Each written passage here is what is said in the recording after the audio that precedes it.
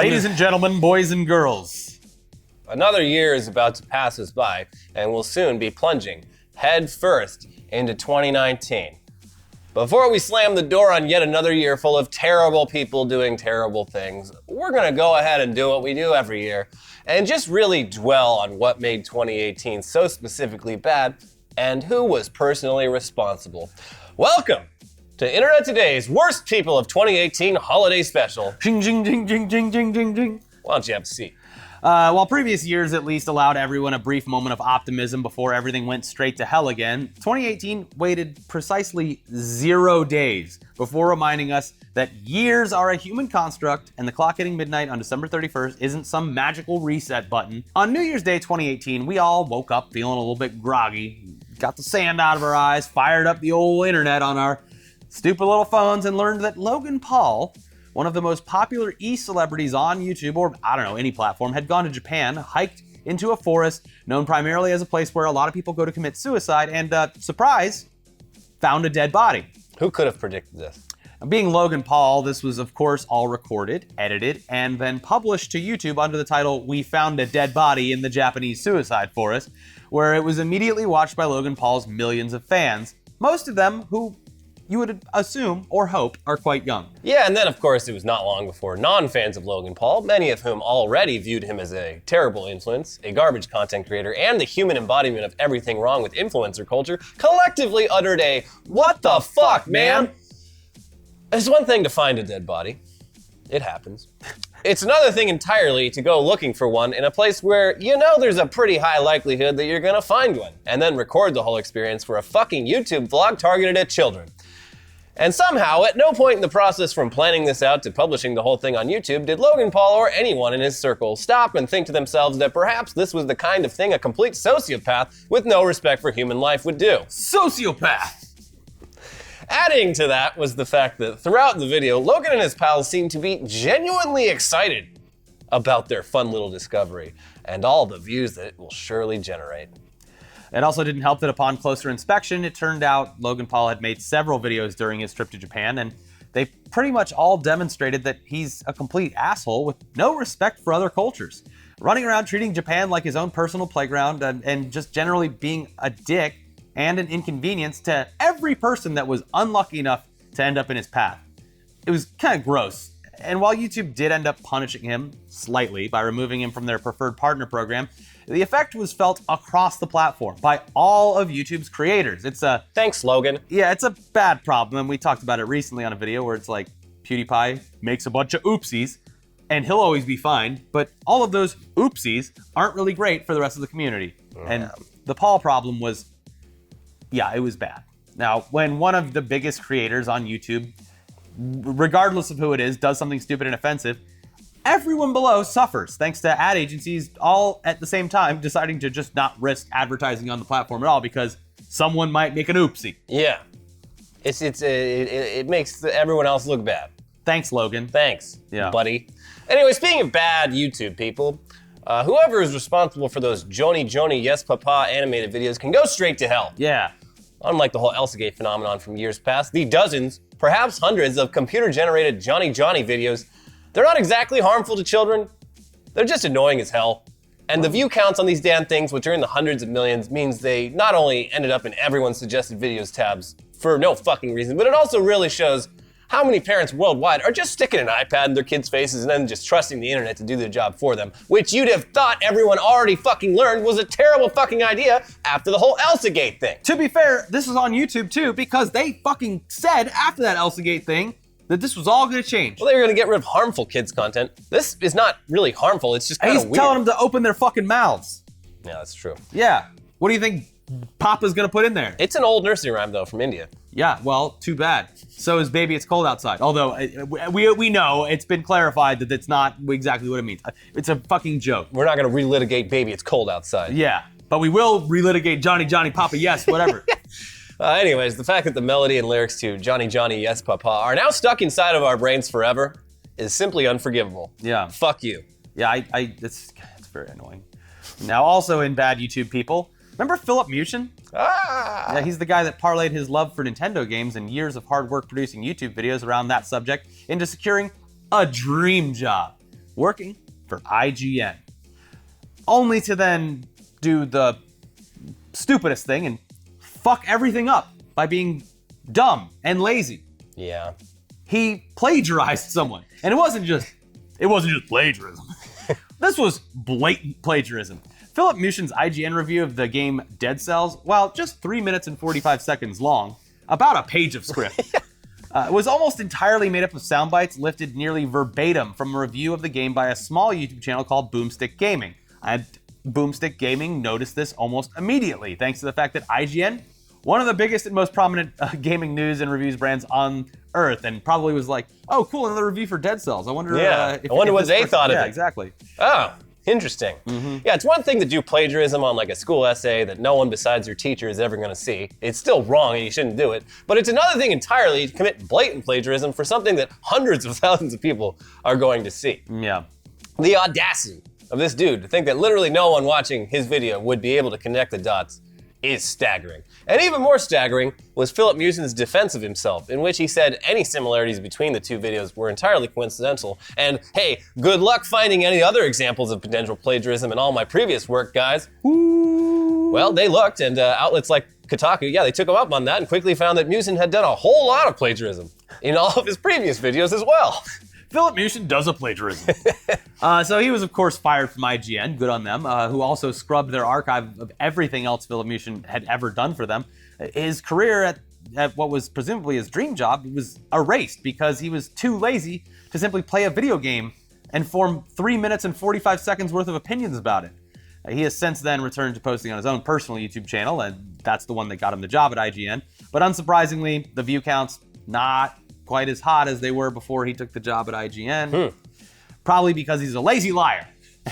People probably don't trust his opinion on anything anymore. And that's sad, but yeah, kind of did it to himself. Had to do it to me. They don't say it be like it is, but it do. Such a, hey man, it's your life. It's a year full of self-owns, as you'll see through the rest of this video. Well, with YouTube stuff out of the way though, some of the worst people the past year were some of the same people who appeared on last year's list. Yeah. Specifically, literally every member of the Trump administration. Don't dislike, close video. Past, present, and probably future. Yeah. Unlike other people on this list, these people actually have significant power over people's lives.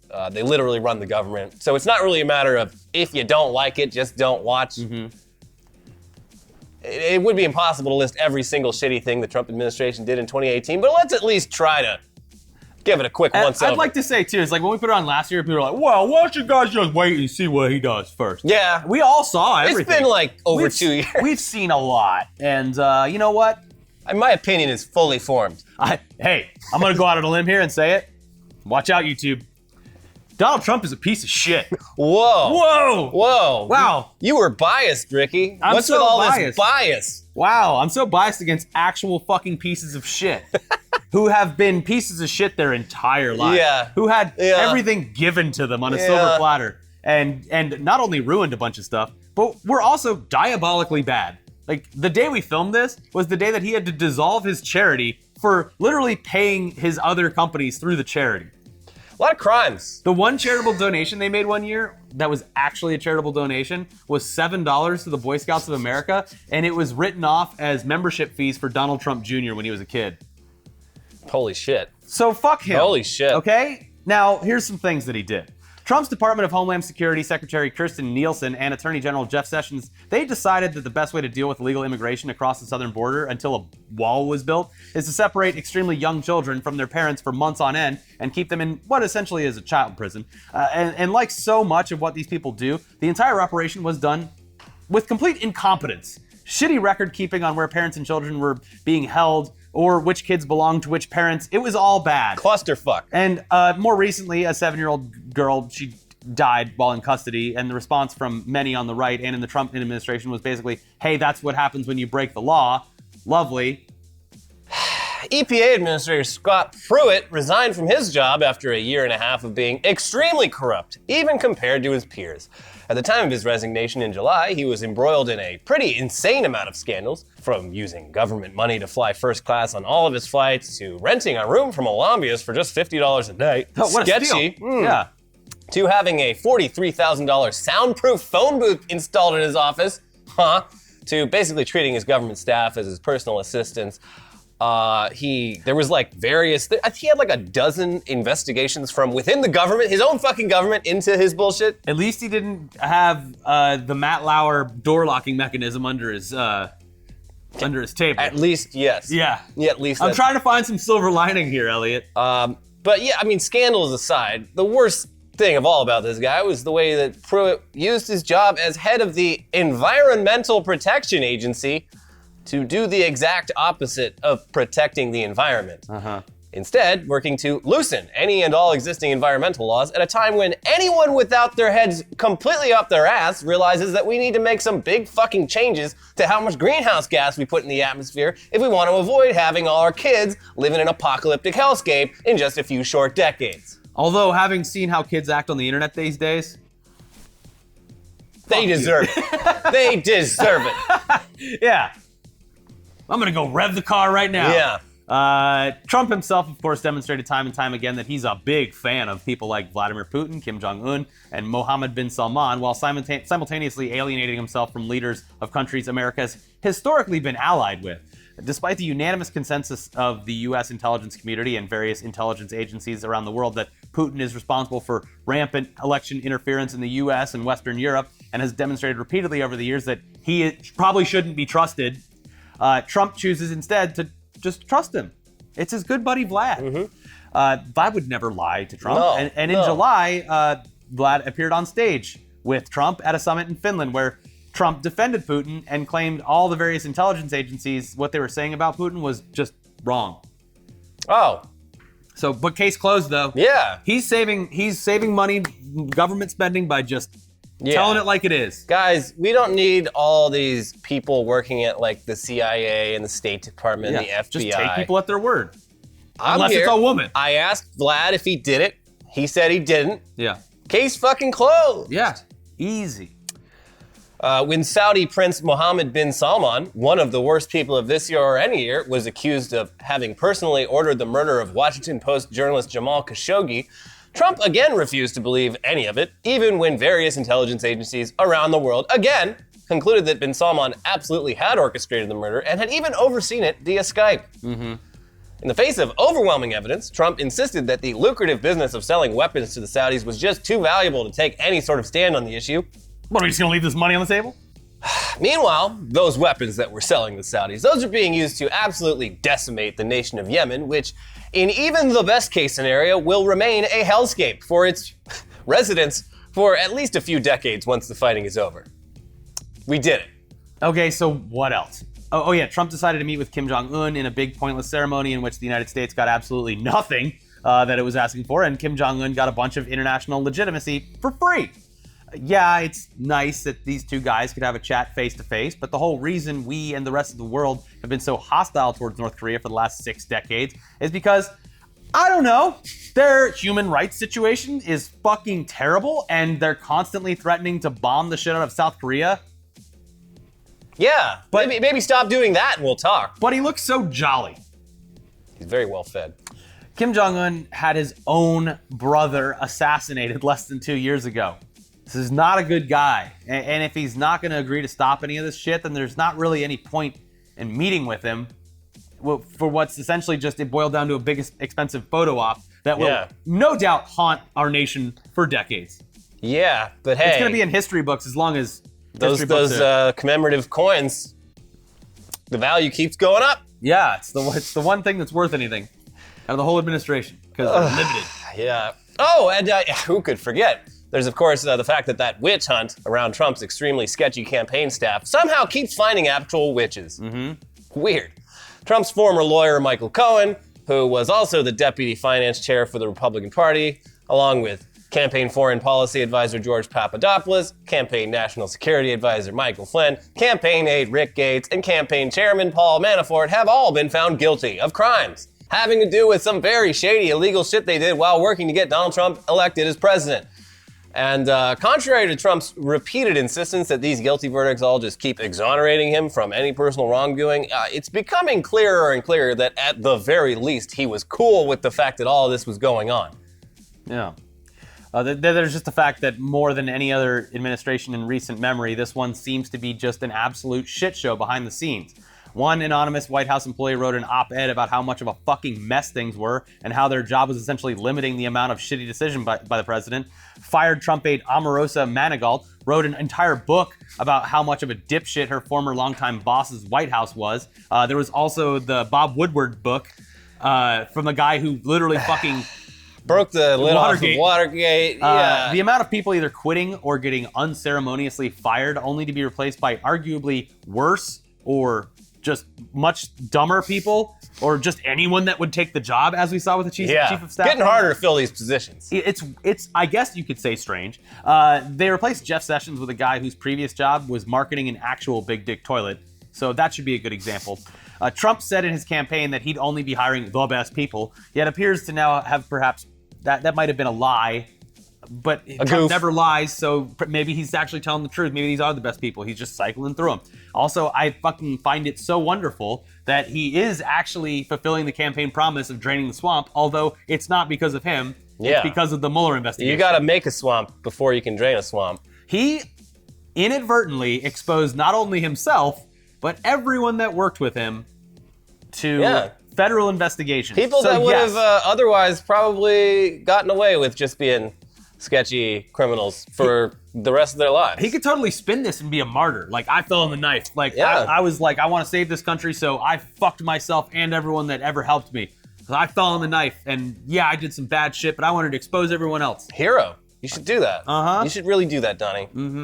Uh-oh, timeout. Looks like we got a last-minute ad break coming right on through. This episode is sponsored by Vincero Watches. They got a big site-wide New Year's sale happening right now, with items going for up to 25% off.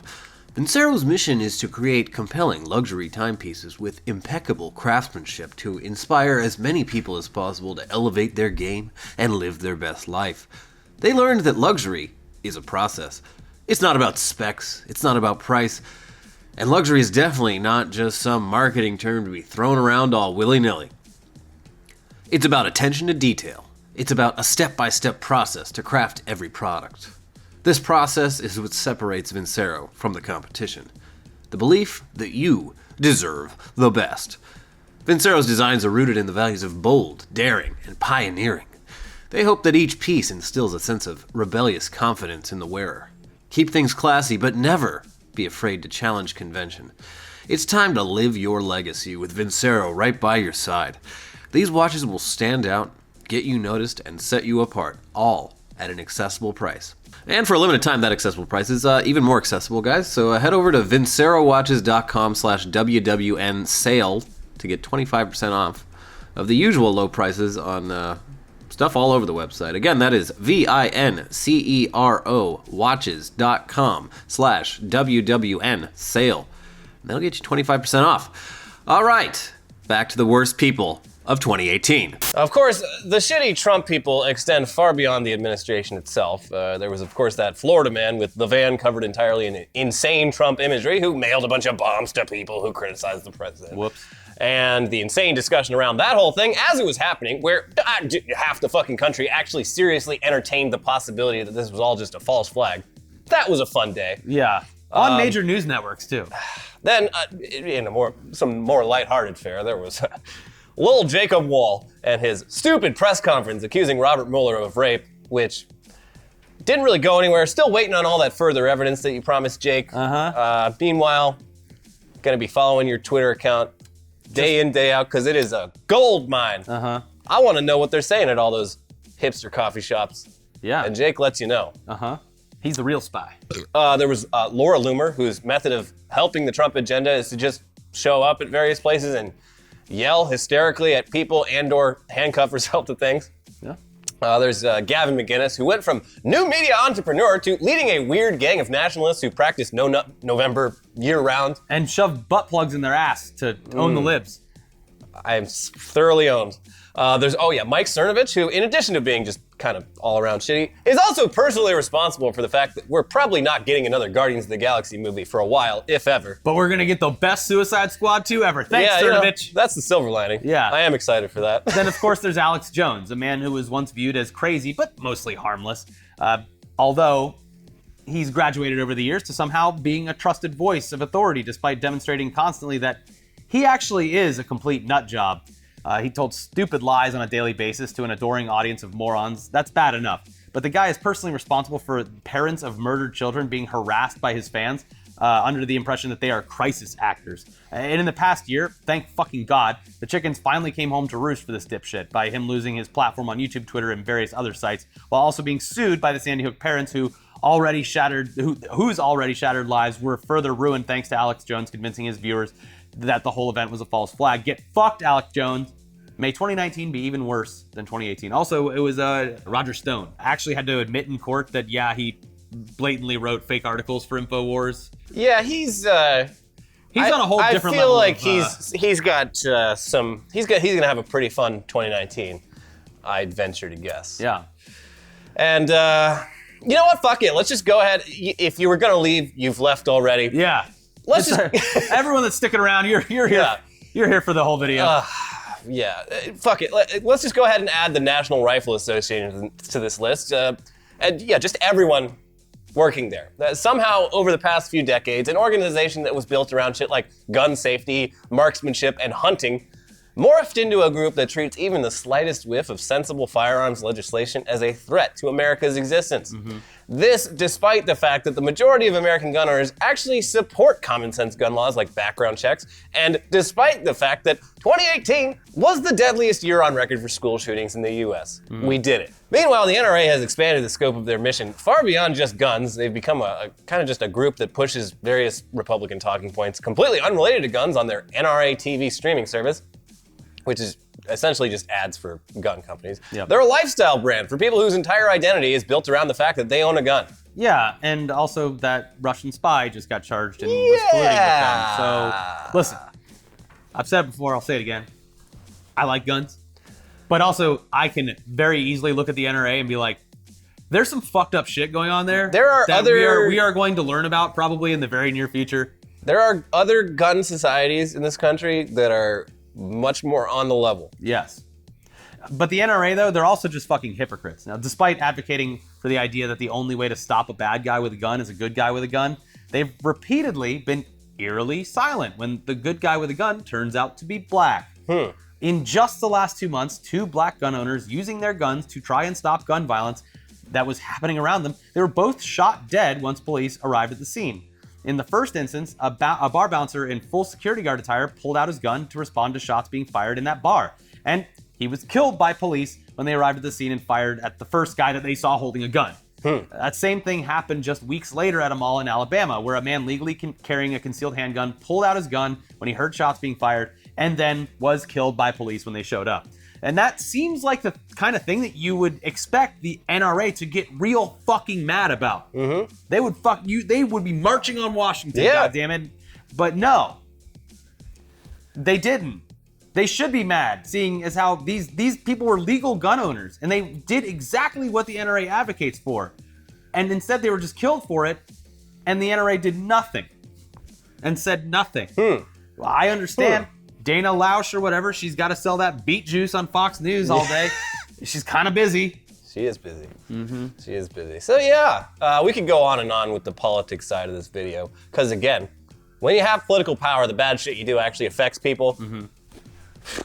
But let's just move on. I'm going to wave right here for all the people that skipped all the politics stuff. We're back. We're back, gamers. We're back. So. No list of the worst people of 2018 would be complete without Mark Zuckerberg. Oh, here's a fun one. Founder of Facebook and lover of smoked meats. Mm-hmm. 2018 was a fucking terrible year for Zuckerberg and Facebook.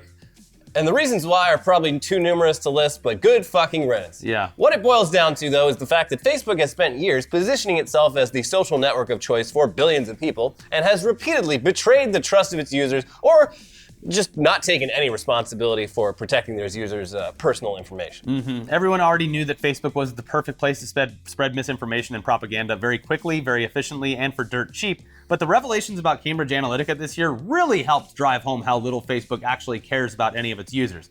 Spoiler alert, they don't give a shit about you. They don't care about you. It turned out that for years, companies like Cambridge Analytica could exploit a loophole in Facebook's permissions to access the profiles of millions of users without their knowledge or permission, even if their privacy settings only allowed friends to see their profiles. Then they would use that data to run extremely targeted ad campaigns for political candidates like, oh, let's not even say it. We've already done Some guy. Some douchebag. Yeah, Cambridge Analytica obtained the full profiles of around 90 million people, which is an absolute goldmine of analytical data. Anyone with any sense knew long ago that our Facebook profile info was being harvested to serve ads. But the extent to which this was true and the ease with which third-party groups were able to tap into this was still kind of shocking when it was all laid out. There ought to be a law. Yeah. And luckily for Facebook and companies like Cambridge Analytica, the people making our laws here in the US are technologically illiterate. And they demonstrated this illiteracy stunningly when Mark Zuckerberg testified before Congress. Every time there's... we can't trust these people to protect us one bit. No, anytime that I don't know why they keep doing these public displays of stupidity with tech people. Like, oh, they just had the Google one where he's just like, how can my We don't granddaughter... make the iPhone. Oh, yeah. God. Also, that's literally impossible what you're describing. Yeah. Meanwhile, though, back to Facebook, Facebook's CEO, Sheryl Sandberg, also deserves just as much as the Zuck to be on this list. And she's repeatedly demonstrated that she, too, does not give a fuck about user safety or stopping Facebook from being data mining or a data mining hellscape. Faced with what to do about all the bad press that Facebook got over the past year, Sandberg decided that rather than actually try to fix any of this, she'd instead hire a political opposition research group to try and flood the news media with reports about bad shit that other tech companies were doing. Oh, and also push the idea that George Soros, aka the boogeyman, was personally behind Facebook's PR problem. Very classic. What are you talking about? No one hates Facebook. Everyone loves Facebook. That's just Soros. He wants you to think people don't like Facebook, but everyone likes Facebook. Anyways, in addition to all that, Facebook's presence in Myanmar was found to have, at best, exacerbated ethnic tensions over there, and at worst, facilitated a genocide. Whoopsie. That was all thanks to the fact that Facebook gave their platform to a country with pretty much no online media literacy and hired not one single person who was actually on the ground in Myanmar to do any content moderation on the platform. So, Facebook made an oopsie. And of course, Elon Musk's on this list as well, though to be clear, we don't really think he's even nearly as bad as Zuckerberg or most of the other people on this list. What he is, though, is self-absorbed and an asshole. He's got a bit of a god complex, and he needs to just learn to shut the fuck up every once in a while and get a good night's sleep. Yeah. It's that simple. And we've actually got an entire podcast episode that we released a few days ago that really goes into detail about the incredibly stupid year Elon Musk had in 2018. So if you want to hear us really go off about that, give that video a watch. I'm mostly just, I think the point I get across in it is that I'm just disappointed. It's I didn't even have to meet my hero to get disappointed. You were supposed to be one of the good ones. I know, man.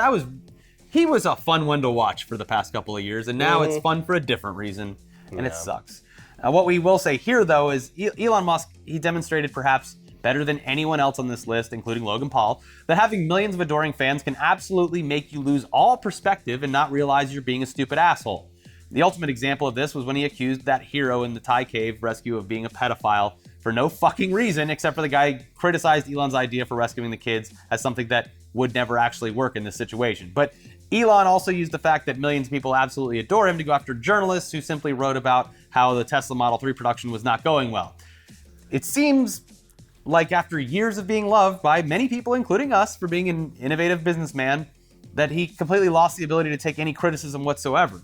He bought into his own hype, and now even after losing his chairman position at Tesla for really the most dumb and completely avoidable reason possible, he still hasn't demonstrated that he learned anything from that experience. In fact, he seems to double down on the fact that he would do it again. Yeah. Like, it's one thing to fuck up. It's another thing to be like, no, I didn't fuck up. You fucked up. Our New Year's resolution for Elon Musk is just take a nap. Please, just take a nap. You need the sleep. Take a nap, Elon. Come on. Come on. Come on. Moving on now, though. This list isn't in any particular order or rank, but one of the real standouts this year for people being terrible was casually racist white women not minding their own damn business and instead choosing to harass or call the cops on black people for simply existing.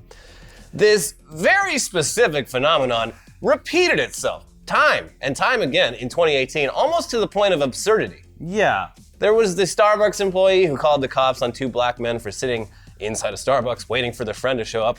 Oh my. There was Barbecue Becky, who decided the best use of her day was to bother a group of people just trying to have a barbecue in the park because she suspected that they were probably breaking some sort of rule by doing so.